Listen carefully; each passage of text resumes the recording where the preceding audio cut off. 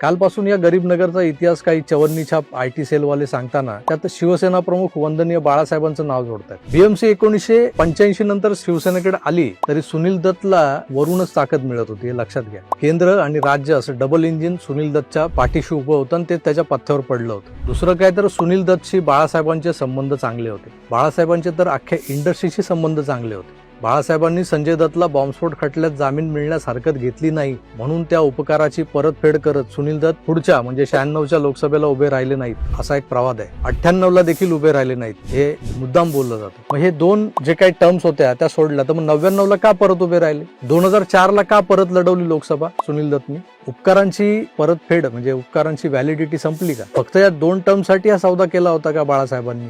स्वतःला शहाणे समजणाऱ्यांनो जरा सुनील दत्तचं आत्मचरित्र वाचा, त्यात उल्लेख आहे। या दोन टर्म ते का राजकारणातून लांब होते याची कारणं भलतीच होती, त्यावर समजून उमजून नंतर बोला। जो वाघ हायवेच्या पलीकडे त्या मातोश्री बंगल्यात राहत होता ना, त्याच्या दहशतीने हे गरीब नगरवाले लांडे वचकून होते। नाहीतर शेजारच्या खेरनगर मधल्या त्या गव्हर्नमेंट कॉलनी मधल्या शासकीय वसाहतींमध्ये राहणाऱ्या मराठी माणसाला इथं डोकं वर काढता आलं नसतं, वांद्रे पूर्वला उतरून आपल्या घरी जाता आलं नसतं। या भागात एकदा चक्कर मारा, तुम्ही मुंबईत राहत नाहीत मला माहिती आहे, कुठेतरी दुसरीकडे बसलायत आणि तिथून तुम्ही मुंबईचा इतिहास सांगताय आम्हाला। हा इतिहास समजून घ्या आणि मग कीबोर्ड बडवा खुशाल।